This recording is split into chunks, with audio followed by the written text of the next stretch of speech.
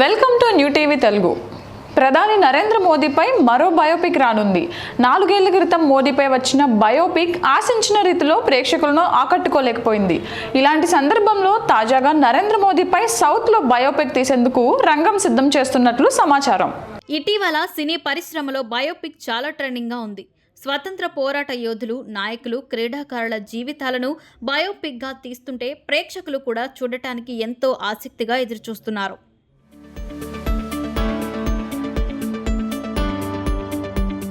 సుశాంత్ సింగ్ నటించిన MS Dhoni movie biopic కూడా block buster hit అయింది.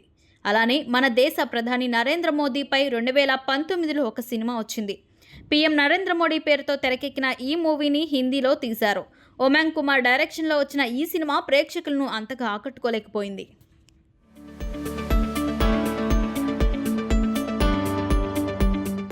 ఈ మూవీ డైరెక్టర్ ఎవరన్నది తెలియదు, కానీ మోదీ పాత్ర కోసం పాన్ ఇండియా మూవీ బాహుబలిలో కట్టప్ప పాత్రతో ఎంతో ఫేమ్ సంపాదించిన సత్యరాజ్ని అనుకుంటున్నట్లుగా టాక్ వినిపిస్తుంది. సత్యరాజ్ కాస్త గడ్డం పెంచితే మోడీ లుక్ తీసుకురావచ్చని మూవీ మేకర్స్ సత్యరాజ్ని మోడీ పాత్ర కోసం తీసుకున్నట్లు తెలుస్తోంది. కానీ ఈ విషయంపై ఇంకా అఫీషియల్ కన్ఫర్మేషన్ రాలేదు. అయితే కొన్ని తమిళ నేషనల్ మీడియా కథనాల ప్రకారం మోడీ బయోపిక్లో సత్యరాజ్ మోడీ పాత్ర వహించినట్లు వినిపిస్తోంది.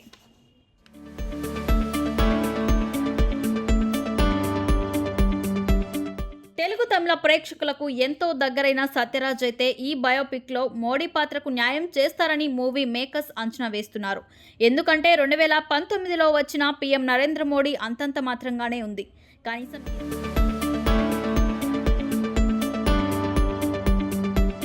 కనీసం ఈసారైనా పాన్ ఇండియా రేంజ్లో మల్టిపుల్ లాంగ్వేజ్తో తెరకెక్కించాలంటున్న ఈ సినిమా అంచనాలకు తగ్గట్టు ఉండాలని కోరుకుందాం.